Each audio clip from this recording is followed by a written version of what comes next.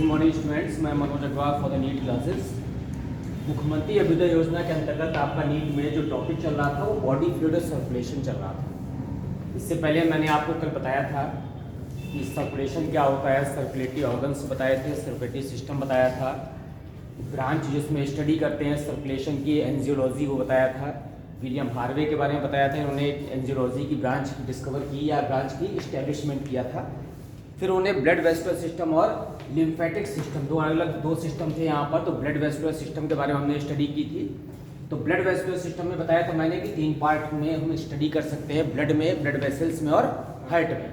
तो ब्लड के बारे में कल आपको बताया था कि यहाँ पर मीसोडर्मल टिश्यू है, फ्लूइड कनेक्टिव टिश्यू है, मीसोडर्म से ओरिजिनेट होता है। और ब्लड में हमारा मेन जो पार्ट होता है वो कैसा होता है, प्लाज्मा होता है। प्लाज्मा क्या है, ब्लड कॉर्पसेल्स होती है, रक्त कणिकाएं। प्लाज्मा के बारे में बता दिया था कि ये यहाँ पर 92% जो पेल येलो कलर का जो पार्ट होता है, इसमें इनऑर्गेनिक और ऑर्गेनिक सब्सटेंसेस होते हैं। मेनली वाटर होता है, लेकिन वाटर के अलावा जो मेन पार्ट है वो क्या है, ऑर्गेनिक सब्सटेंसेस। उसके बाद हमने यहाँ पर आपको कॉर्पसेल्स के बारे में बता दिया था, रक्त कणिकाएं, कि आरबीसी, डब्ल्यूबीसी और क्या होती है, प्लेटलेट, तीनों को मिलाए क्या कहते हैं, हिमेटोक्रिट कहते हैं। तीनों का परसेंटेज मिला के हिमेटोक्रिट कहते हैं। उसमें 3 पार्ट है, आरबीसी, डब्ल्यूबीसी और प्लेटलेट। तो हमने यहाँ पर आपको आरबीसी बता दिया था, लाइफ स्पॉन से लेकर पूरा जो है थ्रू आउट उसका फंक्शन। डब्ल्यूबीसी बता दिया था, डब्ल्यूबीसी में 5 पार्ट थे, ठीक है ना। डब्ल्यूबीसी का दूसरा नाम क्या था, ल्यूकोसाइट्स। तो उसमें टीएलसी डीएलसी बता दिया था क्या क्या होता है। तो 5 पार्ट थे, एसिडोफिल, बेसोफिल और न्यूट्रोफिल, लिम्फोसाइट और मोनोसाइट। फिर ब्लड प्लेटलेट बता दी थी, प्लेटलेट 2 से 4 लाख होती है, मेगा कैरियोब्लास्ट से ओरिजिनेट होती है। लाइफ स्पॉन के साथ साथ मेन जो फंक्शन होता है वो क्या होता है, ब्लड क्लॉटिंग का होता है। तो ब्लड क्लॉटिंग के लिए रिस्पॉन्सिबल होता है। 2 से 8 मिनट में लगभग ब्लड क्लॉटिंग होती है, due to the inactivation of the fibrinogen की, नहीं sorry, due to inactivation of the heparin as well as activation of the fibrinogen and किसका, प्रोथाम्बिन। तो फाइब्रिनोजन और प्रोथाम्बिन एक्टिव हो जाते हैं और हिपेरिन क्या हो जाता है, इनएक्टिव हो जाता है। जैसे ही ब्लड कहाँ आता है, बॉडी के बाहर आता है, एयर के कॉन्टेक्ट में आते हैं। इस पूरे पार्ट के बाद हमने आपको आज पढ़ाना है ब्लड के बाद किसमें, ब्लड वेसल्स, रक्त वाहिनियां। इसके बाद हार्ट का टॉपिक लेंगे, ब्लड वेसल्स, रक्त वाहिनी।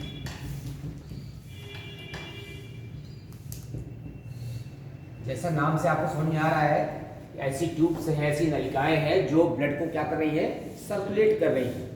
अब उसके बाद जो डिफरेंशिएशन है, आर्टरी, वेन, वो अलग है। सबसे पहले तो ब्लड वेसल है यहाँ पर कि ब्लड को क्या करने वाली, सर्कुलेट करने वाली जो ट्यूब्स हैं, they are called the blood vessels. तो मेनली जो ब्लड वेसल्स है उसको 3 पार्ट में बांटा गया है, आर्टरीज, वेन्स और कैपिलरीज। तो सबसे पहले तो हमको यहाँ रक्त वाहिनी पता होना चाहिए कि इसका जो इंटरनल स्ट्रक्चर कैसा होता है। तो जो ब्लड वेसल होती है, एक्चुअली इसमें यहाँ पर जो आउटर मोस्ट लेयर से इनर मोस्ट तक 3 लेयर होती है। उस 3 लेयर को क्या कहते हैं यहाँ पर, ट्यूनिका, इंटरना, कौन सी लेयर है ये, इनर मोस्ट है। फिर इसके बाद ट्यूनिका, मीडिया, कौन सी लेयर है ये, मिडिल लेयर हो गई। और फिर है ट्यूनिका एक्सटर्नल, नाम से समझ में आ रहा है, एक्सटर्नल पार्ट पर है। ये क्या है, आउटर मोस्ट लेयर है। तो जो हमारी ब्लड वेसल्स होती हैं उसमें जो लेयर्स होती हैं वो 3 लेयर्स हैं, ट्यूनिका इंटरना, ट्यूनिका मीडिया और ट्यूनिका एक्सटर्नल। इस 3 लेयर से उसकी वॉल बनी होती है ब्लड वेसल्स की। अब ब्लड वेसल्स की वॉल को अगर हम स्टडी करें तो सबसे इनर मोस्ट लेयर से लेकर सबसे आउटर मोस्ट लेयर तक हम आते हैं। तो ट्यूनिका जो इंटरना है, इसमें सबसे इनर मोस्ट लेयर कैसी होती है, जैसे हमारे टाइल्स होते हैं, कैसे होते हैं टाइल्स, फ्लैट होते हैं, चपटे, ठीक है ना। दीवार पर या किसी भी सरफेस पर फ्लैटली क्या हो जाते हैं, अरेंज हो जाते हैं। तो ये जो सबसे इनर मोस्ट लेयर है वो चपटी सेल्स की बनी होती है। ये स्क्वैमस सेल्स हैं। स्क्वैमस में क्या होता है, चपटा। ये स्क्वैमस सेल्स हैं और सारी सेल्स मिल करके जो लेयर बनाती है, that is called the endothelium. क्या बनाती है, एंडोथेलियम, ठीक है। फिर स्क्वैमस सेल्स जिस लेयर पर यहाँ पे स्क्वैमस सेल्स क्या है, रखी हुई, ठीक है ना, that is called the basement membrane. क्या कहते हैं इसको, बेसमेंट मेम्ब्रेन, आधार कला। इसके ऊपर यहाँ पर स्क्वैमस सेल्स रखी हुई है। बेसमेंट मेम्ब्रेन के बाहर जब हम आते हैं, ठीक है, तो यहाँ पर एक लेयर होती है that is called the lamina propria. काहे की बनी होती है? अनस्ट्रैप्ड मसल्स, अनैच्छिक पेशियों की, क्योंकि हमारी जो ब्लड वेसल्स है हमारी इच्छा के हिसाब से कॉन्ट्रैक्ट रिलैक्स नहीं कर रही है, इसलिए यहाँ पर जो ब्लड वेसल्स की जो मेम्ब्रेन है बेलो the basement membrane that is called the lamina propria. किसकी बनी हुई है? ये बनी है अनस्ट्रैप्ड मसल्स, अनैच्छिक पेशियों, अनस्ट्रैप्ड अनैच्छिक पेशियों की बनी हुई। इसके नीचे फिर एक लेयर है,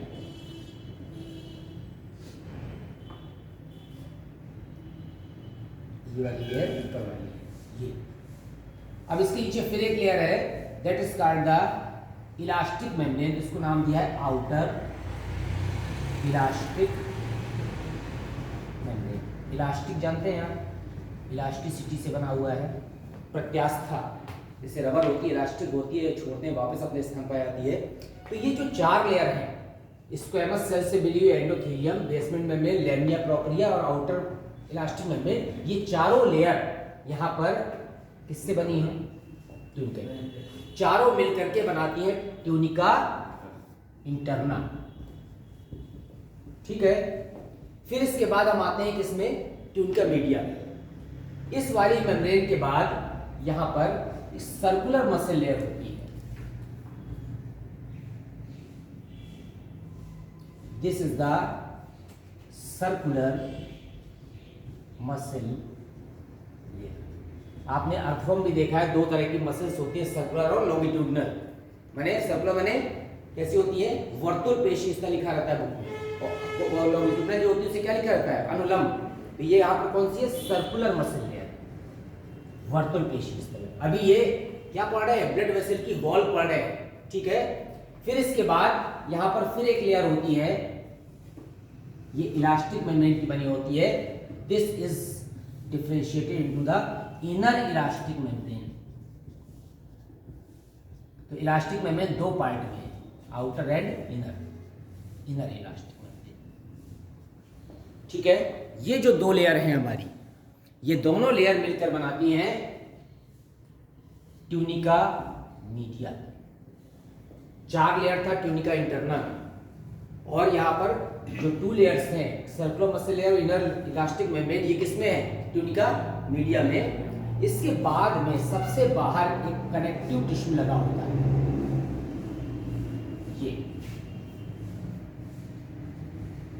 ये जो कनेक्टिव टिश्यू है, ये कनेक्टिव टिश्यू बनाता है क्या? Tunica externa.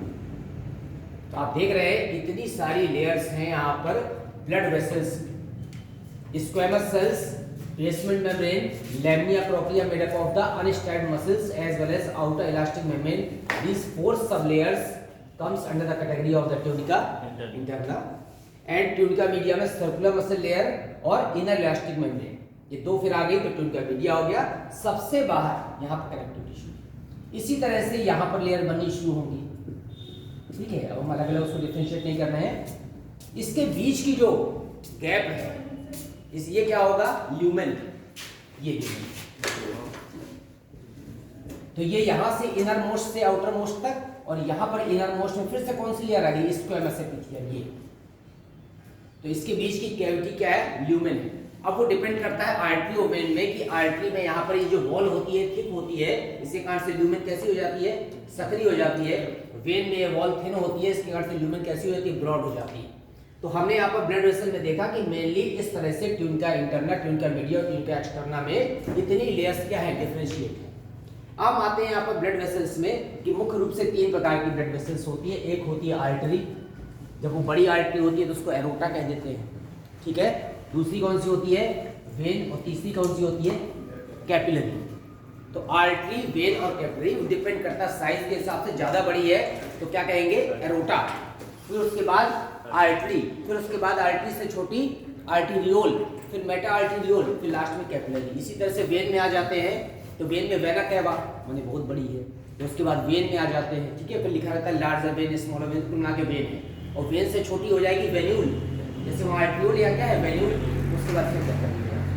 तो इन लेयर्स के बाद हम आते हैं सीधे किसमें, आर्टरी।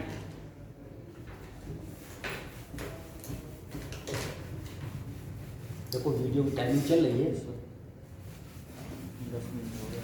हाँ ठीक है। सबसे पहले आर्टरी में आते हैं। पता है आपको, धमनी कहते हैं इसको समांतर, जब बड़ी होती है तो उसको क्या कहते हैं, एरोटा कह देते हैं। तो हम यहाँ पर आर्टरी में देख रहे हैं कि इसमें जो वॉल होती है ब्लड वेसल की, वॉल कैसी होती है, थिक। तो थिक वॉल है, जब वॉल थिक हो जाएगी तो ल्यूमेन कैसी हो जाएगी, नैरो हो जाएगी। तो नैरो ल्यूमेन है। जब नैरो ल्यूमेन होगा तो ब्लड जब प्रेशर से बहेगा तो ब्लड प्रेशर हमेशा क्या रहेगा, ज़्यादा रहेगा। ब्लड का जो फ्लो होगा वो कैसा होगा, फास्ट होगा। नली जितनी पतली होगी उतना ही फोर्स से क्या बहेगा, पानी बहेगा। तो यहाँ पर चूंकि नैरो ल्यूमेन है इसलिए इसका जो फोर्स है वो ज़्यादा होता है, इसलिए इसका बीपी ब्लड प्रेशर क्या हो जाता है, हाई रहता है। अब आर्टरी का एक तो ये पॉइंट हो गया कि थिक वॉल है, नैरो ल्यूमेन है, बीपी इसमें हाई होता है, प्रेशर से ब्लड बहता है। इसके अलावा जो आर्टरी होती है हमारी, वो कहाँ होती है, प्रेजेंट इन डेप्थ, शरीर में गहराई पर स्थित होती है। मोस्टली हमको जो दिखाई देती है सब वेन्स दिखाई देती है, ठीक है। आर्टरी कहाँ होती है, गहराई पर होती है। और आर्टरी गहराई पर होने के साथ साथ आर्टरी का कलर कैसा होता है, रेडिश या पिंकिश होता है, ठीक है। Pinkish in colour. और कोई विशेषता आर्टरी की, थिक वॉल है, नैरो ल्यूमेन है, बीपी हाई हो जाएगा, डेप्थ में प्रेजेंट होती है, रेडिश पिंकिश इन कलर की होती है। Mostly carry the oxygenated blood, carry the oxygenated blood. आ जाइए बेटा, oxygenated blood except, yes, except pulmonary artery. Pulmonary artery को छोड़ दें अगर, तो सारी आर्टरी यहाँ पर ऑक्सीजनेटेड ब्लड ले जाती है। तो हम प्योर ब्लड की अपेक्षा ऑक्सीजनेटेड ब्लड वर्ल्ड ज़्यादा सुटेबल है। तो ऑक्सीजनेटेड ब्लड को क्या कर रही है, कैरी कर रही है। और जो कैरी करे ऑक्सीजनेटेड ब्लड को, तो कहाँ से कहाँ ले जाती है, कहाँ से कहाँ तक, ये नॉर्मली जो कैरी करे ऑक्सीजनेटेड ब्लड को from heart to body organs. हम पल्मोनरी की बात नहीं कर रहे हैं, बाकी सारी। तो यहाँ पर बॉडी ऑर्गन्स को ऑक्सीजनेटेड ब्लड की सप्लाई करने वाली जितनी भी ब्लड वेसल्स हैं, they are called the artery. अब वो साइज के हिसाब से एरोटा, आर्टरी जो सब अपने आप डिफरेंशिएट हो जाएंगी। तो पल्मोनरी आर्टरी को हम बाद में जब हार्ट पढ़ाएंगे तब डिस्कस करेंगे। तो यहाँ पर हार्ट से बॉडी ऑर्गन्स को ऑक्सीजनेटेड ब्लड ले जा रही है, शरीर की गहराई पर पाई जाती है, आसानी से हमको दिखाई नहीं देती है क्योंकि यहाँ पर डेप्थ में होती है। इसमें नैरो ल्यूमेन होता है, बीपी हाई होता है, रेडिश और पिंकिश कलर की होती है और ऑक्सीजनेटेड ब्लड को कैरी करें। हम इसकी वॉल पहले ही पढ़ चुके हैं, ठीक है।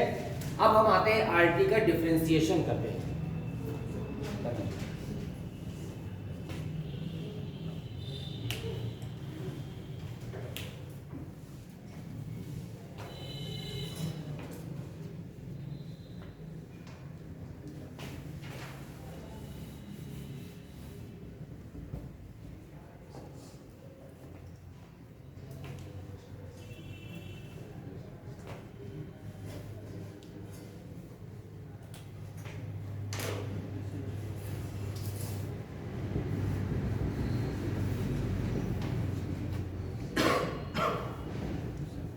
आर्टरीज का क्लासिफिकेशन है, कैसे क्लासिफिकेशन कर सकते हैं। हमको यहाँ पर देखना है कि वास्तव में जो आर्टरी है वो कहाँ से इनिशिएट करती है और अंत में लास्ट में कहाँ आकर खत्म हो जा रही है, उस पार्ट में हम आते हैं। यस कर दें। सबसे पहले जो आर्टरी है that is called the conducting artery. क्या कहेंगे इसको, कंडक्टिंग आर्टरी, ठीक है। अब आर्टरी में आपको पता है कहीं भी वॉल्व्स नहीं है, नॉर्मली हार्ट से और कहां तक, बॉडी ऑर्गन्स तक ब्लड को फ्लो कर रहा है। जब ये कंडक्टिंग आर्टरी, क्योंकि इसमें यहाँ पर जो इलास्टिक फाइबर्स हैं उसकी परसेंटेज ज़्यादा होती है, ठीक है। कंडक्टिंग आर्टरी जैसे आगे डिस्ट्रीब्यूट करती है that is called the muscular artery. क्या कहते हैं आगे बढ़कर इसको? Muscular artery. अब ये जो कंडक्टिंग आर्टरी है ये एरोटा है, जो कहां से निकली है? हार्ट के किस पार्ट से? लेफ्ट वेंट्रिकल से, सिस्टमिक एरोटा के फॉर्म में निकला हुआ है। उसके बाद ये जब आगे बढ़ती है इसको कहते हैं मस्कुलर आर्टरी। अंतर क्यों है? ये हमने यहाँ पर जो लेयर्स बनाई थी इसमें यहाँ पर अनस्ट्रैप्ड मसल्स बनाई थी, लैमिना प्रोप्रिया बताया था ना। मस्कुलर आर्टरी में यहाँ पर लैमिना प्रोप्रिया या अनस्ट्रैप्ड मसल्स की संख्या ज्यादा होगी। जिसकी संख्या ज्यादा होगी तो उसे क्या कहेंगे? यहाँ पर मस्कुलर आर्टरी कहेंगे। इसका एक और नाम है, इसको डिस्ट्रीब्यूटिंग आर्टरी भी कहते हैं। यही आगे ब्लड को ले जाती है बॉडी ऑर्गन्स में, डिस्ट्रीब्यूटिंग आर्टरी। ये जो कंडक्टिंग आर्टरी मेन एरोटा है, जो कहां से निकला है? जो सिस्टमिक एरोटा जो निकला हुआ है that is called conducting artery. तो सबसे पहले कंडक्ट करने वाली है कंडक्टिंग आर्टरी। इसमें कंडक्टिंग आर्टरी में मसल्स की परसेंटेज कम होती है, ठीक है ना। किसकी ज्यादा होती है? यहाँ पर इलास्टिक फाइबर्स की ज्यादा होती है। इसमें इलास्टिसिटी बहुत ज्यादा होती है, इसलिए पूरे फोर्स से जब ब्लड हार्ट से निकलता है वेंट्रिकल से तो ये बर्स्ट न कर जाए, फट ना जाए, इसलिए इलास्टिक फाइबर ज्यादा होते हैं। तो इलास्टिक तंतु ज्यादा होंगे, सो इसलिए इसका एक और नाम है, इसको इलास्टिक आर्टरी भी कहते हैं। इलास्टिक। फिर इलास्टिक आर्टरी से जब आगे बढ़ते हैं तो फिर ये जो है अलग अलग ब्रांचेस में डिवाइड कर जाती है that is called the muscular artery, also called the distributing artery. ये क्योंकि हमारे बॉडी ऑर्गन्स में अब ये एंटर कर रही है और ब्लड ले जा रही है। इसमें मसल्स की, अनस्ट्रैप्ड मसल्स की संख्या ज्यादा है। जब मसल्स की संख्या ज्यादा होगी तो यह क्या होगा? इसमें कॉन्ट्रैक्शन और रिलैक्सेशन हो सकेगा। मस्कुलर पार्ट है तो ये मस्कुलर आर्टरी कहलाएगी। अब मस्कुलर आर्टरी के बाद ये फिर से किस में डिस्ट्रीब्यूट करती है? ये फिर से फाइन ब्रांचेस में बढ़ती है that is called the arterioles. अब आप सोचेंगे कि क्या डिफरेंस है? फाइन ब्रांच तो हो गई, फाइन ब्रांच के अलावा arterioles contains only the endothelium. अब ये जो इतनी सारी जो आउटर लेयर्स थी, ट्यूनिका मीडिया और ट्यूनिका एक्सटर्ना की, वो नहीं रह गई, केवल क्या रह गई है? एंडोथेलियम, ये स्क्वैमस एपिथेलियम। क्यों? अगर सारी लेयर्स होंगी तो बहुत फाइन ब्रांच में नहीं बढ़ पाएगी। तो चूंकि ये बहुत फाइन ब्रांच में डिवाइड हो रही है इसलिए इसको यहाँ पर क्या क्या आर्टेरियोल्स का, यहाँ पर ओनली एंडोथेलियम, बाकी लेयर्स इसमें खत्म हो गई। तो हम इसको क्या कहेंगे? आर्टेरियोल्स कहेंगे। बाकी सारा फंक्शन सेम है। ऑक्सीजनेटेड ब्लड को क्या कर रही है? कैरी कर रही है, बस फाइन ब्रांच हो गई। फिर आर्टेरियोल्स आगे बढ़ करके फिर से जब फाइन ब्रांच में कन्वर्ट होती है that is called the meta arterioles. आप हिंदी में लिखते हैं, यहाँ पढ़ते हैं यहाँ पर कि ये धमनिका है, ये क्या है? मध्य धमनिका, मेटा आर्टेरियोल्स। तो मेटा आर्टेरियोल्स में भी केवल एंडोथेलियम रह जाती है, बाकी सारे जो आउटर लेयर्स होती हैं वो सब खत्म हो जाती है। इलास्टिक फाइबर्स नहीं रह जाते हैं या अनस्ट्रैप्ड मसल्स नहीं रह जाती है, इसके अलावा सर्कुलर मसल्स नहीं रह जाती हैं, बाहर की कनेक्टिव टिश्यू नहीं रहती, कुछ नहीं रहता है, केवल यहाँ पर एंडोथेलियम है। Then it is called the meta arterioles. अब कंडक्टिंग आर्टरी से शुरू करके मस्कुलर आर्टरी तक आते आते आर्टेरियोल्स के बाद मेटा आर्टेरियोल्स में आ गए। अब इसकी जो वॉल होती है वो फुल्ली परमिएबल होती है। अभी तक इसकी वॉल फुल्ली परमिएबल नहीं थी। इसकी वॉल गैसेस के लिए परमिएबल हो जाती है और जैसी परमिएबल होती है तो हमारी जो मेटा आर्टेरियोल्स है वो अगेन फाइन ब्रांच में डिवाइड करके क्या बना देती है? कैपिलरी। कैपिलरीज किससे बनी है? मेटा आर्टेरियोल के फर्दर डिवीजन से। जैसे ही फर्दर डिवीजन हुआ तो यहाँ पर कैपिलरीज बननी केशिका। अब केशिका इज द फाइनेस्ट ब्रांच, ठीक है ना। कई लाख या कई अरब हमारी क्या होती है? कैपिलरीज होती है पूरी बॉडी के अंदर। तो ये जो कैपिलरी, ये सबसे पहले किसने डिस्कवर किया था? एक साइंटिस्ट हुए जिन्होंने capillary discovery, that is called the Marcello Malpighi. नाम सुना है? मार्सेलो मेलपीगी इटालियन साइंटिस्ट थे, उन्होंने सबसे पहले कैपिलरी को देखा था, ठीक है। तो कई अरब कैपिलरीज होती हैं बॉडी में। फंक्शन केवल क्या है? These are the fully permeable. ये परमिएबल होती हैं गैसेस के लिए और अन्य सब्सटेंसेस के लिए। इन्हीं से होकर के एक्सचेंज होता है। जो हमारे हार्ट में, लंग्स में सबसे लास्ट यूनिट क्या थी? एल्वियोलाई थी ना। एल्वियोलाई के चारों क्या है? वो चारों तरफ से कैपिलरीज, और कैपिलरीज और एल्वियोलाई के मध्य में जो गैसों का आवागमन होता है due to the permeable nature, इसी के कारण से गैसों का क्या हो जाता है, एक्सचेंज हो जाता है। तो ये फुल्ली परमिएबल है, तो ये कैपिलरीज में आ गए। अभी तक ये हमारा प्योर ब्लड या ऑक्सीजनेटेड ब्लड लगातार डिस्ट्रीब्यूट होता चला जा रहा है, कंडक्टिंग आर्टरी से होकर, मस्कुलर आर्टरी से होकर, आर्टेरियोल से होकर, मेटा आर्टेरियोल से होकर, लास्ट में कैपिलरी। अब देखिए दो तरह का सिस्टम होता है, आर्टेरियल सिस्टम होता है, वेनस सिस्टम होता है। अब आप सोचें कि आर्टरी और वेन अलग अलग नहीं है। आर्टरी केवल ऑक्सीजनेटेड ब्लड को कैरी कर रही है, और वेन कैसी, डीऑक्सीजनेटेड ब्लड। जैसे ही हमारी ये कैपिलरी आई यहाँ पर, और हमारी ये कैपिलरी जो है चारों तरफ से एल्वियोलाई के चारों तरफ चली गई, एल्वियोलाई के चारों ये कैपिलरी लगी। जैसे ही एक्सचेंज हुआ, यहाँ से O2 आ गई और यहाँ से क्या चली गई, CO2, ब्लड कैसा हो गया, डीऑक्सीजनेटेड हो गया। जैसे डीऑक्सीजनेटेड हो गया तो अब ये कहलाएगी वेनस कैपिलरी, ठीक है। यही कैपिलरी जो आर्टेरियल कैपिलरी थी, ये कहलाएगी वेनस कैपिलरी। और वेनस कैपिलरी पतली पतली, ये जो वेनस कैपिलरी है, केवल अंतर क्या है यहाँ पर कि CO2 का परसेंटेज इसमें बढ़ गया। तो ये जो वेनस कैपिलरी है ये मिलकर बनाएंगी यहाँ पर वेन्यूल। वेन्यूल माने शिराका, और ढेर सारी वेन्यूल यहाँ पर आकर के मिलके बनाएंगी यहाँ पर क्या, वेन। और जब बड़ी बड़ी वेन आकर मिल जाएंगी तो उसे क्या कहेंगे, वेना कैवा। ये वेना कैवा। आप देखिए यहाँ पर कि कैसे हमने आर्टरी से शुरू किया था या एरोटा से शुरू किया था, अभी किसमें आ गए। बस डिफरेंस कहाँ आ जाएगा कि यहाँ पर CO2 की परसेंटेज बढ़ गई है, तो डीऑक्सीजनेटेड ब्लड हो गया है, और वेन की जो वॉल होती है वो थिन होती है इन कंपैरिजन टू आर्टरी, और जो ल्यूमेन होती है वो कैसी होती है, ब्रॉड होती है।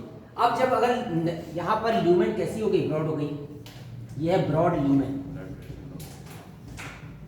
जैसे ल्यूमेन ब्रॉड हुई तो वॉल कैसी हो जाएगी, थिन वॉल। वॉल के थिन होते ही इसमें ब्लड का प्रेशर जो है, चूंकि चौड़ी नली है तो ऑटोमेटिक प्रेशर लो हो जाएगा। तो अब ये ब्लड को जरूरी नहीं कि फ्लो कराते हुए कहां तक ले जाए, हार्ट तक वापस लाना है इम्प्योर ब्लड को या डीऑक्सीजनेटेड ब्लड को। तो इसके लिए इसमें क्या पाए जाएंगे,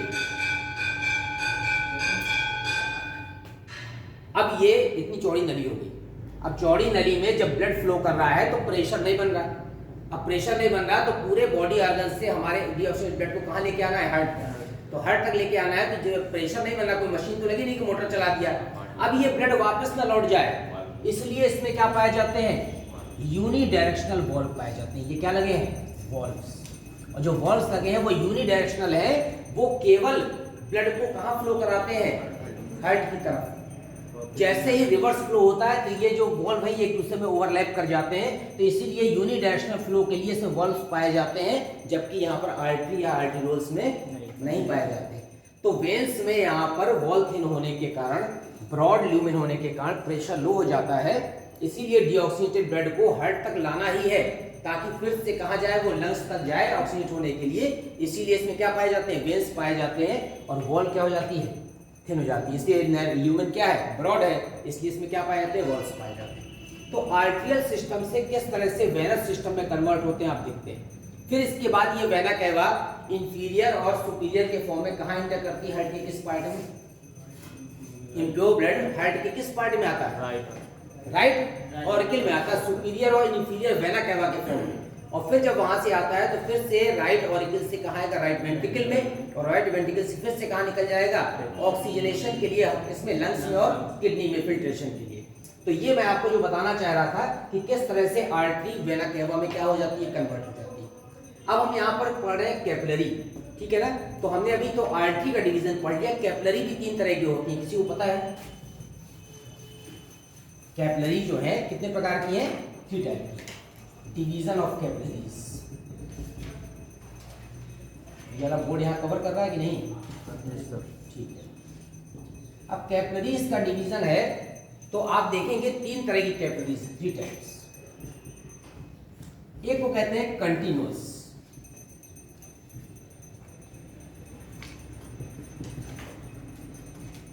कंटिन्यूअस कैपिलरी। कंटिन्यूअस कैपिलरी में क्या होता है कि ये जो कैपिलरी है ये लार्ज मॉलिक्यूल्स को अपने से पास होने नहीं देते। जो लार्ज बड़े बड़े मॉलिक्यूल्स होते हैं, परमिएबल तो है लेकिन जो बड़े मॉलिक्यूल्स है वो इससे पास नहीं हो सकते। यहाँ पर लिख देंगे हम, यहाँ पर large molecules can not pass, large molecules can not pass. Example वाली जो कैपिलरी है वो कहाँ पाई जाएगी? ये लंग्स में पाई जाती है, मसल में पाई जाती है, ठीक है। लंग्स में, मसल्स में कौन सी कैपिलरी पाई जाएगी? कंटिन्यूअस। इससे लार्ज मॉलिक्यूल्स नहीं निकल सकते, ठीक है। दूसरी जो कैपिलरी है उसे कहते हैं यहाँ पर फेनेस्ट्रेटेड, फेनेस्ट्रेटेड कैपिलरी, हिंदी में कहते हैं छिद्रयुक्त। इसमें पोर्स होते हैं। अब जो पोर्स होते हैं तो इससे होकर के लार्ज मॉलिक्यूल्स पास हो सकते हैं, large molecules can pass through them. कहाँ पाई जाएगी ये पाई जाती है ग्लोमेरुलस। ग्लोमेरुलस जानते हैं कहाँ होता है? किडनी में जो हमारा जो एफरेंट और इफरेंट आर्टरी जब आता है तो जो नेटवर्क बनता है जिसका अर्थ ग्लोमेरुलस।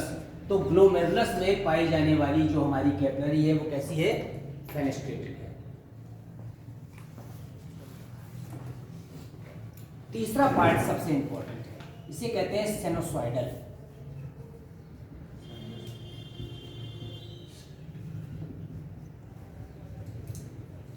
साइनोसॉइडल माने होता है कोटरीय। इसमें क्या होते हैं? लेकुना होते हैं, कोटर होते हैं। तो जो कोटर होते हैं तो उससे बड़े मॉलिक्यूल्स के साथ साथ जितने भी डेब्रिस, जानते हैं क्या होता है? डेब्रिस माने वेस्ट मटेरियल्स, वो भी इससे पास हो सकता है। Large molecules and debris can pass. Large molecules तो निकल ही सकते हैं इससे, डेब्रिस जितना भी कचरा है, जितना वेस्ट मटेरियल इकट्ठा हो गया वो भी इससे पास हो सकता है। इस तरह की जो कैपिलरी होती है वो लीवर में पाई जाती है। तो जो लीवर की एग्जांपल लिख सकते हैं आप उसमें लीवर। तो जो लीवर में जो कैपिलरी है वो साइनोसॉइडल है। जो फेनेस्ट्रेटेड है वो कहाँ पाई जाएगी? ग्लोमेरुलस में पाई जाएगी। और जो हमारी लंग्स में मसल से पाई जाती है वो कंटिन्यूअस होती है। लंग्स और मसल्स में हमको केवल यहाँ पर क्या करना होता है? एक्सचेंज करना पड़ता है, तो इसलिए यहाँ पर कंटिन्यूअस से काम चल जाता है।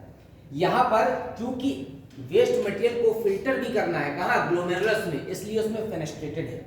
और लीवर में क्या है कि लीवर में बहुत सारे ऐसे मटेरियल होते हैं जिसको वो क्या कहता है? कलेक्ट करके हार्मफुल मटेरियल के रूप में लार्ज इंटेस्टाइन से बाहर निकालता है बाइल जूस के फॉर्म में। इसीलिए इसमें साइनोसॉइडल कैपिलरी होती है कि लार्ज मॉलिक्यूल के साथ साथ जो बड़े बड़े पोर्स होते हैं उससे डेब्रिस मटेरियल भी क्या हो सकता है?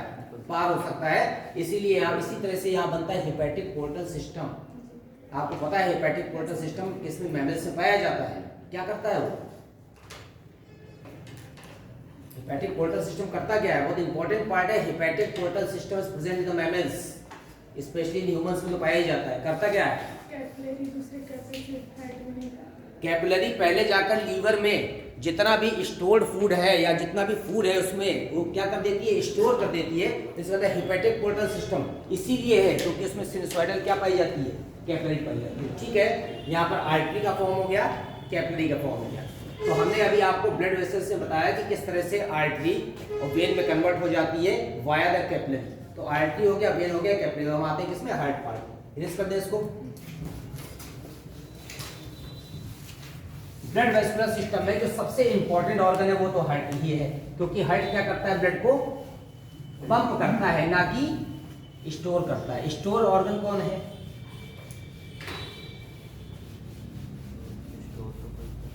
हार्ट केवल ब्लड को क्या करता है? पंप करता है, उसमें कोई स्टोर नहीं होता। इधर से ब्लड आया, उधर से पंप कर दिया, वापस निकल गया, ठीक है। तो हम इसमें मेन पार्ट में आते हैं। तो मेन पार्ट है इसका ब्लड सर्कुलेटरी सिस्टम का। हार्ट की स्टडी जिस ब्रांच में करते हैं उसको कार्डियोलॉजी कहते हैं। कार्डियोलॉजी इसकी स्टडी कर रहे हैं। और ऐसे साइंटिस्ट जो होते हैं वो कार्डियोलॉजिस्ट कहलाते हैं। आप डॉक्टर के पास जाते हैं, लिखा रहता है बोर्ड कार्डियोलॉजिस्ट। इस मतलब है वो हार्ट का क्या है? स्पेशलिस्ट है, वो कार्डियोलॉजी होते हैं। अब इसके बाद आपने सबने हार्ट देखा है कि गहरे लाल रंग का होता है या लाल भूरे कहीं के लिखा होता है, ट्रायंगुलर शेप का होता है। ऊपर की तरफ से थोड़ा सा ब्रॉड होता है और नीचे की तरफ क्या हो जाता है? नैरो हो जाता है। किस जगह पर स्थित होता है? लेफ्ट कहाँ, लेफ्ट टांग में कि लेफ्ट हाथ में? कि भाई लंग्स कहाँ होते हैं? हमारी जो थोरेसिक कैविटी है, ठीक है ना, वक्षीय पिंजरा जो थोरेसिक केस पढ़ाया था रिस्पिरेशन में, उसमें यहाँ पर दोनों लंग्स के बीच में क्या है, हार्ट है, और स्लाइटली लेफ्ट की तरफ कर, स्लाइटली लेफ्ट को, मतलब हमारी जो पॉकेट जहाँ से शुरू होती है, तो ठीक सेंटर में ना होगा, थोड़ा सा पॉकेट की तरफ टर्न होता है, तो ऊपर का पार्ट क्या होता है, ब्रॉड होता है, नीचे का पार्ट सकरा होता है, ठीक है, और 350-400 ग्राम का होता है अप्रोक्सीमेटली वेट, वो बॉडी के हिसाब से डिपेंड करता है, वो बहुत इंपॉर्टेंट नहीं है। रेड कलर का होता है, मस्कुलर पार्ट होता है, कॉन्ट्रैक्टाइल पार्ट होता है, संकुचनशील होता है, और हॉलो माने कैसा होता है, खोखला होता है, कॉमन चीज सबको पता है। अब हार्ट का जो फिगर है वो बुक में थोड़ा सा टिपिकल बना होता है। ये जो फिगर मैं बना रहा हूँ आपको क्या समझने के लिए बना रहा हूँ, थोड़ा सा लेफ्ट की तरफ क्या होता है, डाइवर्ट होता है। अब इसमें लेफ्ट की तरफ डाइवर्ट है तो आप देखेंगे ऊपर का पार्ट ब्रॉड है, नीचे का पार्ट क्या हो रहा है, नैरो होता जा रहा है। तो यहाँ पर एक कोरोनरी सल्कस होता है, नाम सुना है? उसको हिंदी में क्या कहते हैं? उसको कहते हैं हृदय खांच। क्या कहते हैं? हृदय खांच। This is the coronary sulcus. करता क्या है ये ऊपर के ब्रॉड पार्ट को नीचे के नैरो पार्ट से क्या कर देता है, अलग कर देता है। ये थोड़ा सा ज्यादा चौड़ा होता है। ऊपर का चौड़ा पार्ट क्या कहलाता है, ब्रॉड पार्ट क्या कहलाता है?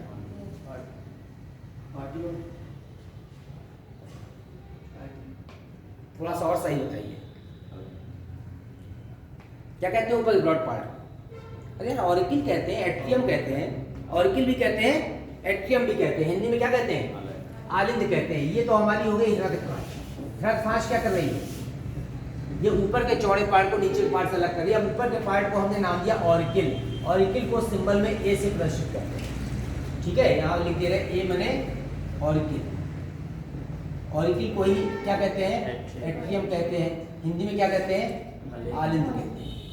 नीचे के पार्ट को वी से प्रदर्शित करते हैं, वी का मतलब वेंट्रिकल, और वेंट्रिकल यहाँ पर हिंदी में क्या कहते हैं, निलय कहते हैं।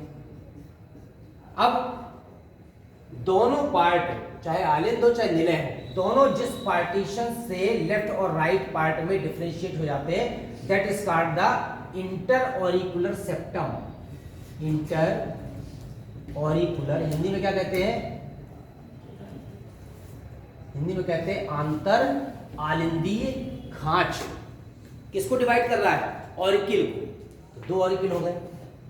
इसी तरह से वेंट्रिकल को डिवाइड करने वाली जो खांच है, that is called the inter ventricular septum. अच्छा, अगर हम इंटर या इंट्रा लिख दें तो क्या हो जाएगा, इंट्रा। अगर इंट्रा लिख दें, इंट्रा, इंट्रा की जगह इंट्रा माने इनसाइड, ठीक है, उसके अंदर डिवीजन नहीं कर रहा, उसको ऊपर से कर रहा है, तो इसको कहते हैं यहां पर आंतर निलयी और खांच। इसको क्या कहते हैं यहां पर, आंतर आलिंदीय खांच। अब देखिए हार्ट में कितने पार्ट हो गए, 4। अब हमारे जो राइट हैंड में उसको कहते हैं लेफ्ट, और जो लेफ्ट हैंड में उसको क्या कहते हैं, राइट। तो there are 2 auricle and 2 ventricle. ऊपर के पार्ट हो गए दाहिना और बायां आलिंद, और नीचे का हो गया दाहिना और बायां निलय, ठीक है। तो हार्ट हमारा 4 चैम्बर्ड हो गया। वैसे आपको पता है बर्ड्स और मैमल्स से कंप्लीटली 4 चैम्बर्ड हार्ट होता है, और जो पूरा राइट पार्ट होता है उसमें डीऑक्सीनेटेड ब्लड रहता है, इसलिए इसको क्या कहते हैं, पल्मोनरी हार्ट। और जो लेफ्ट पार्ट होता है इसे पूरे में प्योर ब्लड रहता है या ऑक्सीनेटेड, इसलिए इसे क्या कहते हैं, सिस्टमैटिक। अब हमको एक चीज देखना है कि ये जो हमारा हार्ट है ये पूरी बॉडी में ब्लड को क्या कर रहा है, पंप कर रहा है। लेकिन हार्ट को भी क्या चाहिए, एनर्जी। तो हार्ट को न्यूट्रिएंट्स और ऑक्सीजन ले जाने वाली जो आर्टरी है उसको क्या कहते हैं, हार्ट को जो ले जा रही है, हार्ट की वॉल को, हार्ट की वॉल को तो क्या चाहिए, एनर्जी चाहिए ना हार्ट को पंप करने के लिए। तो हार्ट तो पूरी बॉडी में ब्लड को क्या कर रहा है, सर्कुलेट कर रहा है, लेकिन हार्ट को भी एनर्जी चाहिए, तो हार्ट को भी ऑक्सीजन और न्यूट्रिएंट्स ले जाने वाली जो ब्लड वेसल है उसको क्या कहते हैं, कोरोनरी आर्टरी कहते हैं। क्या कहते हैं, कोरोनरी आर्टरी। ये स्पेशली हार्ट की वॉल को क्या करती है, ऑक्सीजनेटेड ब्लड और न्यूट्रिएंट्स ले जाती है, और जो कोरोनरी वेन होती है वो हार्ट की वॉल से वापस राइट ऑरिकल में क्या लेकर आती है, इम्प्योर ब्लड लेकर आती है, डीऑक्सीडेटेड ब्लड लेकर आती है। तो कोरोनरी आर्टरी से कहते हैं यहाँ पर कोरोनरी सिस्टम, तो कोरोनरी आर्टरी और कोरोनरी वेन, आर्टरी ले जाएगी प्योर ब्लड, वेन वापस वहां से लाएगी इम्प्योर ब्लड, किसकी, हार्ट की वॉल से। अब हार्ट की वॉल हम देख लें पहले इंटरनल स्ट्रक्चर पढ़ने के पहले कि हार्ट की जो वॉल है वो यहाँ पर कितनी लेयर की है, 3 लेयर की है। कौन कौन सी है, सबसे बाहर की लेयर क्या कहते हैं, आपने नाम सुना होगा, एक को कहते हैं एपिकार्डियम, जो कि कार्डियोलॉजी हार्ट की स्टडी को कहते हैं, तो क्या कहा, एपिकार्डियम। दूसरे को कहते हैं मायोकार्डियम, मायो को मीसोकार्डियम भी कहते हैं, मायोकार्डियम मीसोकार्डियम एक ही है। और तीसरा होता है यहाँ पर एंडोकार्डियम, एंडोकार्डियम। अब एंडोकार्डियम सबसे अंदर की लेयर है, ठीक है ना। तो एंडोकार्डियम मींस इनरमोस्ट लेयर। ये जो एंडोकार्डियम हमारी ये उसी तरह बनी होती है स्क्वैमस एपिथेलियम से, जैसे हमारी क्या बनी थी, आर्टरी की वॉल। इसको और इसको क्या नाम दिया है, एंडोथेलियम। स्क्वैमस एपिथेलियम सेल से बनी हुई है। एंडोकार्डियम इसलिए कहते हैं कि हार्ट को चारों तरफ से सराउंड किए हुए है, लेकिन वास्तविक नाम है एंडोथेलियम और स्क्वैमस एपिथेलियम सेल्स की बनी होती है। इस स्क्वैमस एपिथेलियम सेल के ठीक बाहर क्या होगी, बेसमेंट मेम्ब्रेन होगी, जिस पर आधार कला पर ये सेल टिकी होगी। तो ये अगर स्क्वैमस एपिथेलियम है तो इसके जस्ट बाहर क्या है, बेसमेंट मेम्ब्रेन। तो इसी के बाद बेसमेंट मेम्ब्रेन होगी, बिल्कुल सेम उसी तरह जैसे आर्टरी में। अब बेसमेंट मेम्ब्रेन के बाद यहाँ पर ये इलास्टिक फाइबर्स होते हैं, और वो भी यहाँ पर हार्ट की वॉल में स्ट्राइप्ड और अनस्ट्राइप्ड दोनों के फीचर होते हैं, इसलिए उसको कहते हैं कार्डियक मसल्स, ठीक है ना। कौन सी मसल होती है, कार्डियक मसल्स। इसके बाद ये लेयर खत्म हो गई, फिर हम आते हैं मायोकार्डियम में। मायोकार्डियम को कह देते हैं मीसोथेलियम। तो ये जो बीच की लेयर है ये क्या हो गई, मायोकार्डियम कह सकते हैं या मीसोथेलियम कह सकते हैं, मीसोथेलियम। फिर हम आते हैं सबसे बाहर की लेयर में, एपिकार्डियम में। आपने पढ़ा है कि हार्ट यहाँ पर डबल लेयर से घिरा होता है, तो हम यहाँ पर इन लेयर की बात नहीं करते, फिर किस लेयर की बात करते हैं, एपिकार्डियम की। तो जो बाहर की तरफ जो लेयर होती है उसे कहते हैं यहाँ पर पैराइटल मेम्ब्रेन, और जो अंदर की तरफ की जो लेयर होती है उसे कहते हैं विसरल। अब लंग्स में इसको कहते हैं पैराइटल प्लूरा। प्लूरा माने प्लूरल किसके लिए वर्ड यूज होता है, लंग्स के लिए। और बाहर वाली अंदर के लिए विसरल प्लूरा और बाहर के लिए पैराइटल प्लूरा। यहाँ पर क्या कहते हैं, पैराइटल मेम्ब्रेन या पैराइटल पेरिकार्डियम और विसरल पेरिकार्डियम। तो यहाँ पर केवल 2 ही लेयर की चूंकि बात की जाती है, इसलिए यहाँ पर 3 लेयर बना करके 2 लेयर बनाया जाता, होती ये 3 लेयर है। इनके अंदर सब लेयर्स होती हैं, और इसके बीच में जो लिक्विड भरा होता है that is called the pericardial fluid. इसी को कहते हैं पेरिकार्डियल फ्लूइड। ये फ्लूइड क्या करता है, इसको मॉइस्ट रखता है, ठीक है ना। इसके अलावा जो है जो लगातार क्या हो रहा है, कॉन्ट्रैक्शन रिलैक्सेशन हो रहा है, उसके कारण से फ्रिक्शन नहीं हो पा रहा, सारी सब चीजों को बचाया हुआ है। लेकिन अगर एक्स्ट्रा लिक्विड कहीं कलेक्ट हो जाता है दैट इज कॉल्ड क्या कहेंगे इसको, एक्स्ट्रा लिक्विड अगर इकट्ठा होता है लंग्स में तो उसको प्लूसी कहते हैं। इसमें अगर बैक्टीरिया इन्फेक्शन का इकट्ठा हो गया तो जो हमारा हार्ट पंप कर रहा है उस हार्ट के पंपिंग में क्या आ जाएगा, डिफरेंस आ जाएगा, उसे कहते हैं एंजाइना पेक्टोरिस, ठीक है। अभी आगे पढ़ाएंगे इसको। अब आप देखेंगे यहाँ पर कि हम फिर से आ गए हार्ट में, कितने चैम्बर थे, 4 चैम्बर। अब 4 चैम्बर जो है यहाँ पर एक छोटा सा रचना होती है that is called the sinus venosus.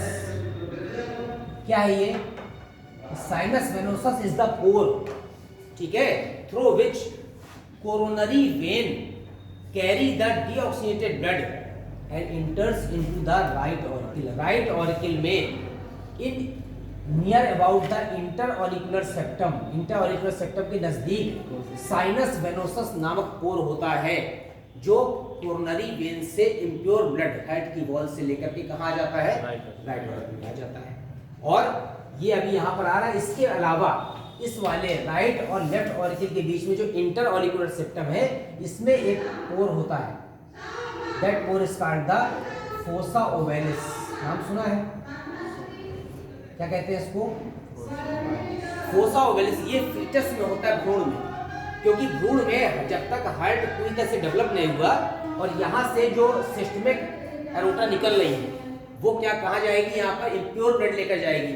उतना मतलब कि यहाँ पर हार्ट में जो ऑरिकल में जो चैम्बर बन जाते हैं, तो फीटस में भ्रूण में राइट ऑरिकल से यहाँ पर ब्लड डिफ्यूज हो जाता है, किसमें, लेफ्ट ऑरिकल में। तो ब्लड का डिफ्यूजन होता रहता है फीटस भ्रूण दशा में जब तक कि भ्रूण का पूरा डेवलपमेंट होता है, जिसका अर्थ फोसा ओवेलिस। और जिस समय प्लेसेंटा हट जाता है, मतलब बच्चे का जन्म हो गया तो मदर से प्लेसेंटा कनेक्शन हट गया, उस समय ये फोसा ओवेलिस पोर क्या हो जाता है, बंद हो जाता है। ठीक है, तो शुरुआत में एम्ब्रियोनिक स्टेज में इसलिए पोर से राइट और लेफ्ट ऑरिकल का क्या रहता है, कांटेक्ट बना रहता है, बाद में ये पोर बंद हो जाता है। अब हम यहाँ देखते हैं कि इस वाले पार्ट में ये जो हमारा साइनस वेनोसस है, साइनस वेनोसस पर भी एक वॉल्व लगा होता है कपाट, नहीं तो वो हर समय खुला रहे तो हर समय ब्लड यहाँ से जैसे ये कांटेक्ट करेगा पॉइंट, तो ब्लड इससे कहाँ चला जाएगा, अंदर। तो यूनिडायरेक्शनल वॉल्व लगा होता है, उस वॉल्व को क्या कहते हैं, किसी को पता है? उस वॉल्व का नाम है थिबेशियन वॉल्व। थिबेशियन वॉल्व, ये जो वॉल्व है ये भी यूनिडायरेक्शनल वॉल्व है, which is present into the sinus venosus pore and only carry the impure blood from the heart wall via the coronary vein. और कहाँ तक खुलता है, राइट ऑर्गन। ठीक है, राइट ऑर्गन, क्योंकि यहीं पर क्या रहता है, डीऑक्सिजन ब्लड रहता है। अब आते हैं हार्ट की फंक्शनिंग। यहाँ पर आप देखेंगे फंक्शनिंग के पहले कि राइट ऑर्गन में इस वाले पार्ट में इम्प्योर ब्लड आ रहा है, किससे आ रहा है, दो वेना कैवा है, सुपीरियर और इंफीरियर। मैं आज शॉर्ट में लिखा हूं, this is the superior vena cava, this is the inferior. ये वेना कैवा इम्प्योर ब्लड को, डीऑक्सीडेटेड ब्लड को राइट ऑर्गन में लेकर आ रहा है। अब राइट ऑर्गन में जब आ रही है तो between the right organ and right ventricle in the coronary sulcus there are 3 valves. यहां पर कितने वॉल्व हैं, These valves are unidirectional, केवल only enters या only carry the blood from the right auricle to right ventricle, and these 3 valves are called the tricuspid valve, and there are 2 valves between the left auricle and ventricle are called the bicuspid valve। एक और नाम भी है इनका, bicuspid को और क्या कहते हैं, मिट्रल वॉल्व भी कहते हैं। तो आपको ये वॉल्व में कंफ्यूज इसलिए नहीं होना है कि आप ये ध्यान रखिए कि जहां पर लेफ्ट ऑरिकल, लेफ्ट पार्ट में क्या रहता है, प्योर ब्लड रहता है, ऑक्सीडेटेड। तो जो बाइकस्पिड वॉल्व है that is related with the oxidated. तो अपने आप आपको ध्यान रहेगा ट्राइकस्पिड किससे है, डीऑक्सीडेटेड ब्लड से। अब इसके बाद ये जो ऑरिकल पार्ट है, वेंट्रिकल पार्ट है, तो इसमें जो वेंट्रिकल पार्ट है इसकी दीवार थिक होती है, ल्यूमेन नैरो है, लेकिन वॉल क्या है, काफी थिक है इन कंपैरिजन टू ऑरिकल।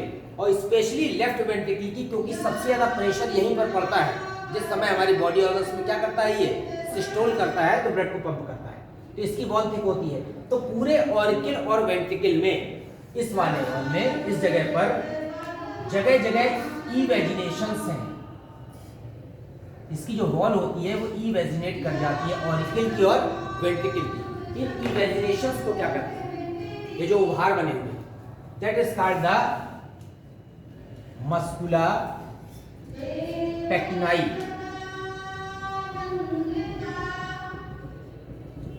क्या है ये, these are the invaginations in the auricle, यहां भी है यहां भी। ठीक है, अब क्या है, ये जो वॉल आई है वेंट्रिकल की, तो वेंट्रिकल की वॉल में भी इवेजिनेशंस हैं। These evaginations are called the, इन्हें क्या कहते हैं, बताइए, कोई बता सकता है? इसे कहते हैं यहाँ पर कॉलमनी, कॉलमनी कॉर्डी। क्या कहते हैं, कॉलमनी कॉर्ड। ये क्या है, these are the evaginations, उभार in the ventricle wall। Auricle की वॉल में क्या है, मस्कुला पेक्टिनाई। अब क्या होगा, ये जो इवेजिनेशंस है यहाँ पर स्पेशल मसल्स लगी हुई है, these are the point of the muscles, these point of muscles are called the papillary muscles. क्या कहते हैं इन्हें, पेपिलरी मसल्स। ये देखिए ये मैंने पॉइंट बना दिया। What is the function of papillary muscles? आपके जो ये राइट और ट्राइकस्पिड और बाइकस्पिड वॉल्व हैं, ये वॉल्व अपनी पोजीशन से डिस्टर्ब ना हो इसके लिए यहाँ से लेकर के इन वॉल्व्स के फ्लैप से लेकर के और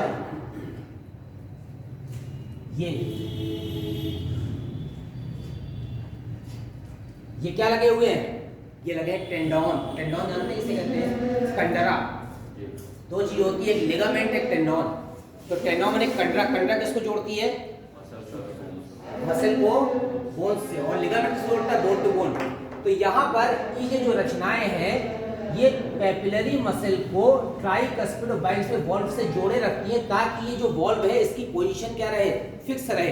क्योंकि जिस समय ये कॉन्ट्रैक्ट करेगा, एक्सपेंड करेगा, तो इसलिए फ्लैप की पोजीशन डिस्टर्ब ना हो जाए। अगर ब्लड ऊपर चला जाएगा तो क्या हो जाएगा?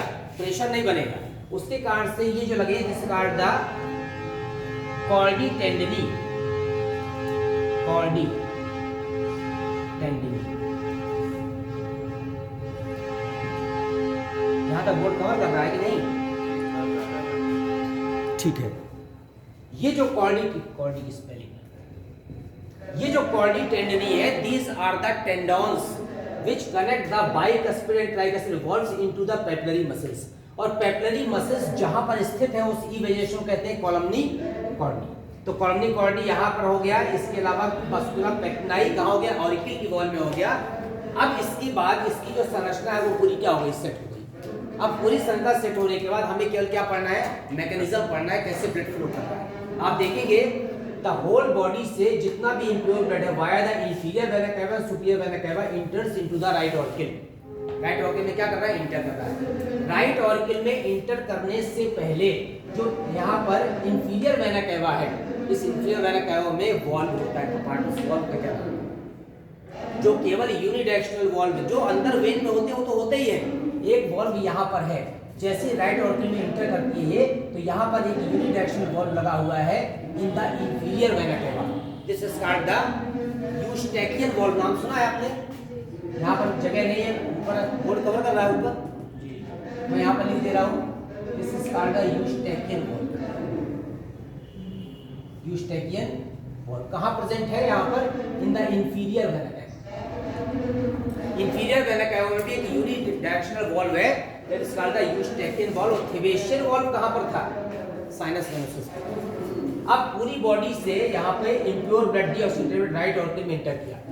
अब जैसे ही राइट ऑर्किल हमारा क्या करेगा? कॉन्ट्रैक्ट करेगा, तो दीज वॉल्व्स बिकम ओपन, ये वॉल्व ओपन हो जाएंगे और डीऑक्सीजनेटेड ब्लड कहाँ इंटर करेगा? Right ventricle. Now the right ventricle contracts. अब राइट वेंट्रिकल कॉन्ट्रैक्ट करेगा, सिस्टोल कहते हैं बायोलॉजी। जैसे सिस्टोल करेगा तो ये वॉल्व जो है क्या होते हैं? ओवरलैप कर जाएंगे ताकि ब्लड वापस ना चला जाए। लेकिन इधर से उधर जाता रहेगा, पूरी बॉडी में सर्कुलेट नहीं करेगा। अब क्या होगा? यहाँ से एक आर्टरी निकलती है, एरोटा निकलता है। कौन सा? जो डीऑक्सीजनेटेड ब्लड को कैरी कर रहा है, pulmonary. This is the pulmonary artery, pulmonary aorta which carry the blood up to the lungs and kidney. Lungs में ऑक्सीजनेशन के लिए और किडनी में कहे के लिए? फिल्ट्रेशन के लिए। अब ये लंग्स और किडनी तक चला गया वाया द पल्मोनरी आर्टरी, इसलिए पल्मोनरी आर्टरी यहाँ कौन सा ब्लड ले जा रही है? डीऑक्सीजन। अब राइट पार्ट में जो ब्लड का सर्कुलेशन है वो पूरा हो गया। राइट पार्ट के बाद हम यहाँ से कहाँ आते हैं? वापस लेफ्ट पार्ट। जैसे ही लेफ्ट पार्ट में आए, ये इसको अब after filtration the pulmonary when carry the oxygenated blood. ये ऑक्सीजनेटेड ब्लड को लेकर के पल्मोनरी वेन कहाँ इंटर कर रही है? Left auricle. जैसे लेफ्ट ऑरिकल में इंटर करती है तो लेफ्ट ऑरिकल यहाँ पर ब्लड फ्लो करने के बाद या ब्लड फिलअप होने के बाद क्या करेगा? सिस्टोल करेगा। जब सिस्टोल करेगा तो after the systole condition the blood इंटर्स via the bicuspid valves into the left ventricle. अब जिस समय लेफ्ट वेंट्रिकल कॉन्ट्रैक्ट करेगा तो ये वॉल्व फिर से क्या हो जाएंगे? ओवरलैप कर जाएंगे, बंद हो जाएंगे। और इस वाले पार्ट से लेफ्ट वेंट्रिकल से हमारा सिस्टमिक एरोटा से होता हुआ जो ऑक्सीजनेटेड ब्लड है वो पूरी बॉडी में क्या कर जाएगा? डिस्ट्रीब्यूट कर जाएगा। This is called the double circulation.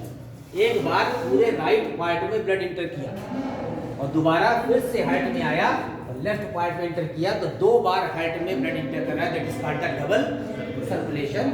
और double circulatory system is only found into the birds and the mammals के में पाया जाता है। Then the totally separation between the impure blood as well as pure blood. ये deoxygenated blood और कौन सा ऑक्सीनेटेड ब्लड का टोटली सेपरेशन है। तो राइट पार्ट का जो हार्ट है, उस राइट पार्ट के हार्ट को हम यहाँ पर कहते हैं कौन सा, पल्मोनरी हार्ट। क्योंकि यहाँ पर जो है ये पल्मोनरी आर्टरी कहाँ लेकर जा रही थी, लंग्स में जा रही थी। और पल्मोनरी शब्द किसके लिए यूज होता है, लंग्स में यूज होता है।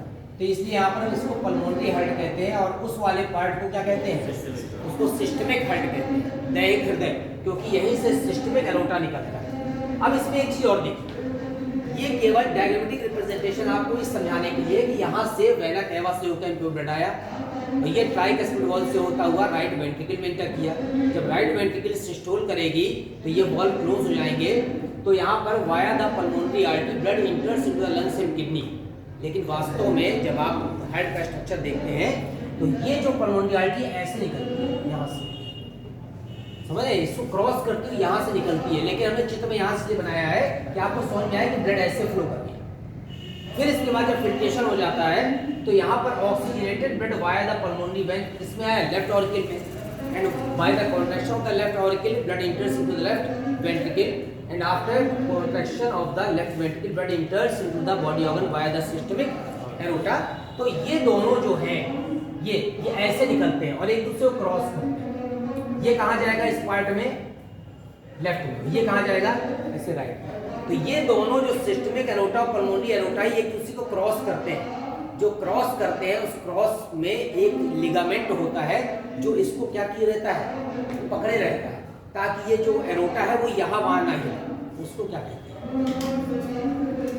उसे कहते हैं लिगामेंटम आर्टेरियोसम। वर्ड यूज होता है ligamentum आर्टेरियोसम। This is the ligament which connects the crossing of the pulmonary aorta and systemic aorta। तो दोनों जब क्रॉस कर रही है, ऊपर जाके ऐसे निकल रही है, बाइफरकेट कर रही है, तो दोनों को जोड़ने वाली रचना लिगामेंटम आर्टेरियोसम। बुक्स में लिखा रहता है यहाँ पर जो प्राइमरी स्टेज में या फिर आपके इन्फेंट्स की स्टेज में, एम्ब्रियोनिक स्टेज में, इसको कहते हैं डक्टस बोटेलाई।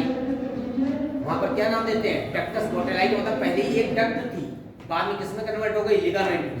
तो ligamentum arteriosum is also called the ductus botalli. तो ये क्रॉसिंग हो गई।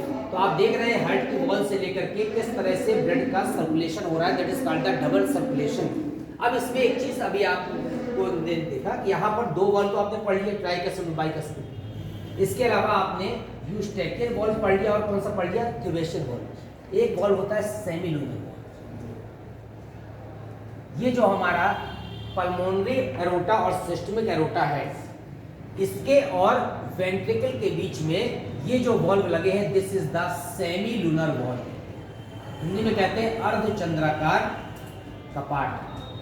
क्या फंक्शन है, जैसे ही right ventricle left ventricle contract करती है, सिस्टोल करती है, तो ब्लड तेजी से via the pulmonary artery systemic aorta बाहर निकलता है। अब सिस्टोल के बाद जब हार्ट का वेंट्रिकल वापस अपने स्थान पर आएगा, आप किसी चीज को कंप्रेस करेंगे तो वापस एक्सपेंड करेगा। जैसे ही एक्सपेंड करेगा तो वॉल्यूम क्या होगा, बढ़ेगा, तो प्रेशर क्या होगा, घटेगा।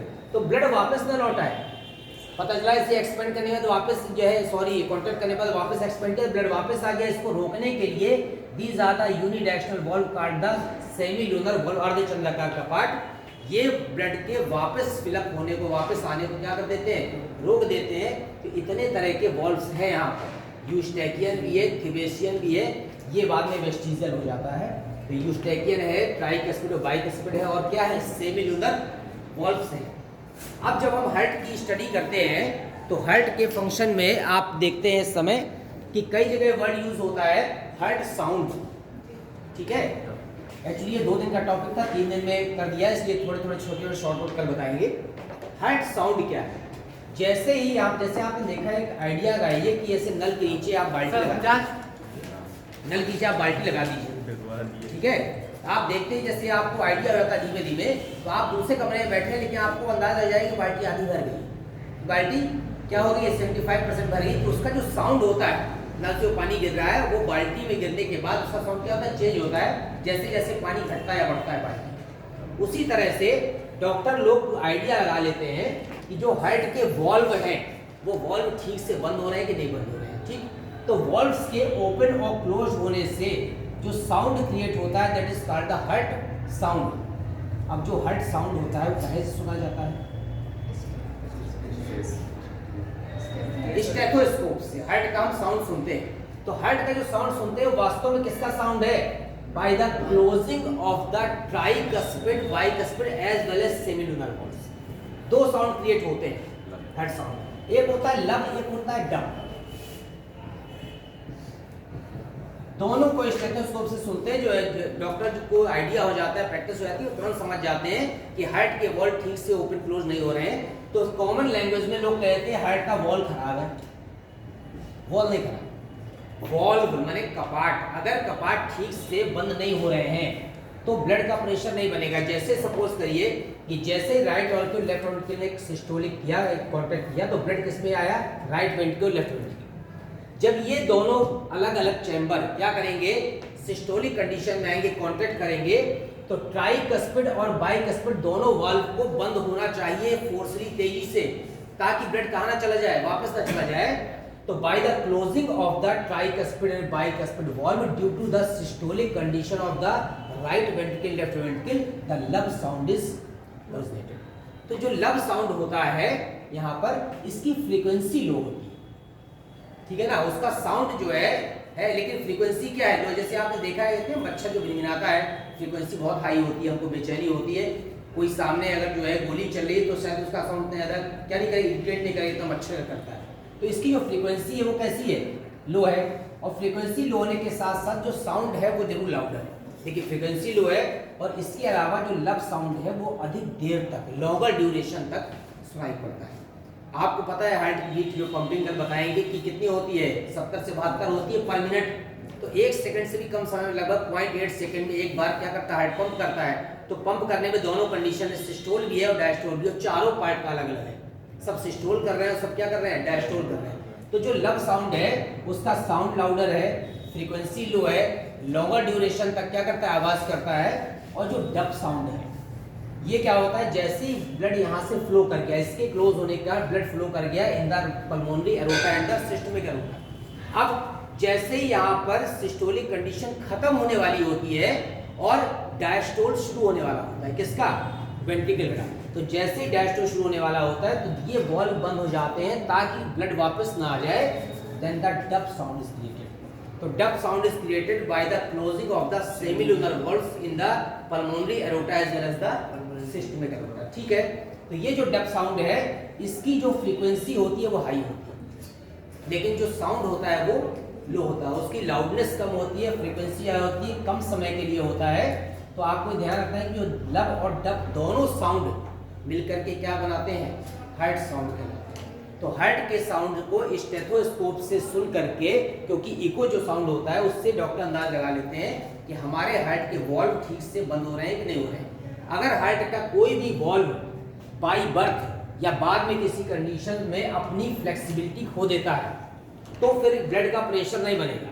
बहुत छोटे छोटे ऐसे बच्चे होते हैं बाय बर्थ, तो कहते हैं कि वॉल्व खराब हो गया। वॉल्व खराब का मतलब है कि अगर ये वॉल्व नहीं बंद हो रहा या ये वाला नहीं बंद हो रहा तो ब्लड का प्रेशर ही नहीं बनेगा। तो ब्लड को जितने फोर्स से पूरी बॉडी ऑर्गन्स में जाना चाहिए उतने बॉडी ऑर्गन्स में सर्कुलेट नहीं हो रहा। जब सर्कुलेट नहीं हो रहा तो न्यूट्रिएंट्स नहीं पहुंचेंगे, ऑक्सीजन नहीं पहुंचेगी। जब ये सब नहीं पहुंचेंगे तो बच्चे क्या रहेगी, वीकनेस रहेगी, उसकी ग्रोथ नहीं हो सकती है। तो ये वॉल्व जब तक ठीक नहीं किए थे, ये मेडिसिन से भी ठीक हो सकते हैं और जरूरी नहीं है कि अगर इनिशियल स्टेज है तो ठीक हो ही जाए। जब नहीं ठीक होते हैं तो क्या करते हैं, ऑपरेट करते हैं। तो ये वॉल्व का बंद होना बहुत जरूरी है। इन वॉल्व के बंद ना होने से लब और डब साउंड ठीक से क्रिएट नहीं होगा। जब ठीक से क्रिएट नहीं होगा इसका मतलब है कि हमारा हार्ट जो है उतना ज़्यादा एफिशिएंट फंक्शन नहीं करता। जो उतना एफिशिएंट फंक्शन नहीं कर पाएगा तो हमारी ब्लड में सप्लाई ब्लड की कम हो जाएगी। जब ब्लड की सप्लाई कम हो जाएगी तो ऑक्सीजन हमने ली लंग्स से और किसमें मिक्स हो गई, ब्लड में। लेकिन ब्लड का फ्लो ही नहीं हो रहा। अब ब्लड का फ्लो नहीं हो रहा तो उसके कारण से हमारी पूरी बॉडी में ऑक्सीजन नहीं पहुंच रही है और क्या नहीं हो रही है, एनर्जी प्रोड्यूस नहीं हो रही। जब एनर्जी प्रोड्यूस नहीं हो रही है तो सारे वाइटल फंक्शन क्या हो जाएंगे, रुक जाएंगे। सबसे बड़ा साइड इफेक्ट हार्ट की वॉल को भी होता है। हार्ट की वॉल को भी यहाँ पर फंक्शन करने के लिए कार्डियक मसल्स को क्या चाहिए, एनर्जी चाहिए। कोरोनरी आर्टरी के थ्रू यहाँ से ऑक्सीजन न्यूट्रिएंट्स कहाँ पहुँचते हैं, हार्ट की वॉल। जब हार्ट की वॉल ही अगर ठीक से काम नहीं कर रही है, कार्डियक मसल्स काम नहीं कर रही है, तो हार्ट फंक्शन करना बंद कर देगा। जब हार्ट फंक्शन नहीं करेगा तो सारे बॉडी ऑर्गन्स हमारे ऑटोमेटिक क्या हो जाएंगे, डिफंक्शन हो जाएंगे। तो हार्ट जो है दो तरह से स्टिमुलेशन होता है हार्ट में, एक होता है यहाँ पर मायोजेनिक, एक होता है न्यूरोजेनिक। तो आप बताइए कि हमारा जो हार्ट है वो न्यूरोजेनिक है कि मायोजेनिक है? क्यों, कैसे प्रूव करेंगे कि न्यूरोजेनिक नहीं है, मायोजेनिक? नॉर्मली पूरी बॉडी हमारी न्यूरॉन्स से क्या है, कंट्रोल्ड है, नर्वस सिस्टम से कंट्रोल्ड है। उसकी यूनिट क्या है, न्यूरॉन। यहाँ पर जो हार्ट है इसको मायोजेनिक माना गया है। तो मायोजेनिक क्यों माना गया, कैसे एक्सपेरिमेंट से पता लगाएंगे कि हाँ मायोजेनिक है ना कि न्यूरोजेनिक है? एक्चुअली ये एक्सीडेंटल पता चला। क्या हुआ कि एक व्यक्ति का एक्सीडेंट हुआ, तो एक्सीडेंट होने के बाद उसकी बॉडी क्या हुआ, उसकी डेथ हो गई, उसके नर्वस सिस्टम पूरा डैमेज हो गया, ट्रक निकल गया ऊपर से। तो साइंटिस्ट ने देखा कि जो हार्ट उछल कर गिरा वो थोड़ी देर तक क्या करता रहा, पंप करता रहा। इसका मतलब है कि न्यूरॉन से कनेक्टेड नहीं था। नर्वस कनेक्शन हटने के बाद भी उसका जो हार्ट था वो बॉडी से बाहर निकलने के बाद भी थोड़ी देर तक पंप करता रहा। इसका मतलब है कि मायोजेनिक माना गया, मस्कुलर माना गया। इसमें जो यहाँ पर मायोकार्डियम इसलिए कहते हैं, मायो शब्द इसलिए लगा दिया गया कि यहाँ पर ये मायोजेनिक है। इसकी ओरिजिन जो है किससे हो रही है, मसल से हो रही है। आपको पता है, कल बताएंगे कि हार्ट के राइट ऑर्गन में पेस मेकर होता है, ठीक है ना।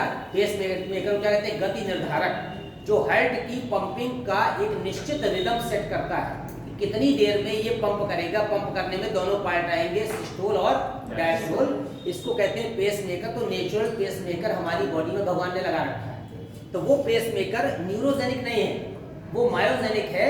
उसमें जो मसल्स लगी हैं वो ऑटोमेटिक निश्चित समय के बाद क्या करती हैं, पंप करती है, अपना रिदम भेजती हैं, अपना स्टिमुलेशन भेजती हैं, ताकि पूरे हार्ट में यहाँ पर जो मैसेज है वो ट्रांसफर हो जाए। किस फॉर्म में, इलेक्ट्रिक करंट के रूप में, मिली वोल्ट में वो भी होता है। लेकिन यहाँ पर मस्कुलर ऑरिजिन है। ऑरिजिन कैसी है, मस्कुलर है।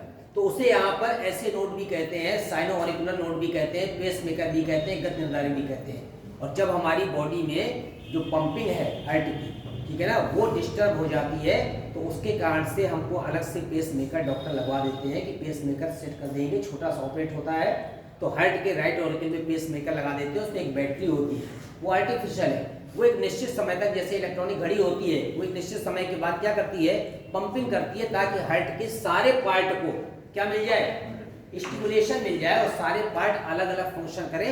नहीं तो सिस्टोलिक और डायस्टोलिक कंडीशन चारों चैम्बर की क्या हो जाएगी, रुक जाएगी। तो इसीलिए यहाँ पर हार्ट को क्या माना गया है, मायोजेनिक माना गया है कि उसका जो कंट्रोल होता है, उसकी जो ओरिजिन होती है वो मस्कुलर होती है, ना कि न्यूरोजेनिक होती है। बाकी सारे ऑर्गन क्या है, न्यूरोजेनिक है। वो सब नर्वस सिस्टम से क्या है, कंट्रोल्ड है।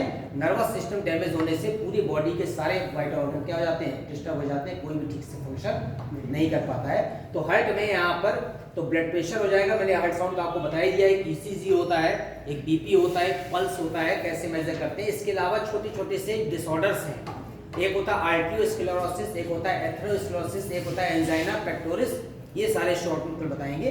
और जो आपका कल मॉक टेस्ट है उसमें हम आपका डाइजेस्टिव सिस्टम और रिस्पायरेटरी सिस्टम के दोनों क्वेश्चन दे देंगे। 25 क्वेश्चन देने ऑब्जेक्टिव, ठीक है। तो डाइजेस्टिव सिस्टम के और किसके, रिस्पायरेटरी के। तो पेपर तो एक ही मीडियम में बनता है, तो इंग्लिश में बना देंगे, कोई दिक्कत तो नहीं। ऑब्जेक्टिव क्वेश्चन बहुत इजी लैंग्वेज में होते हैं,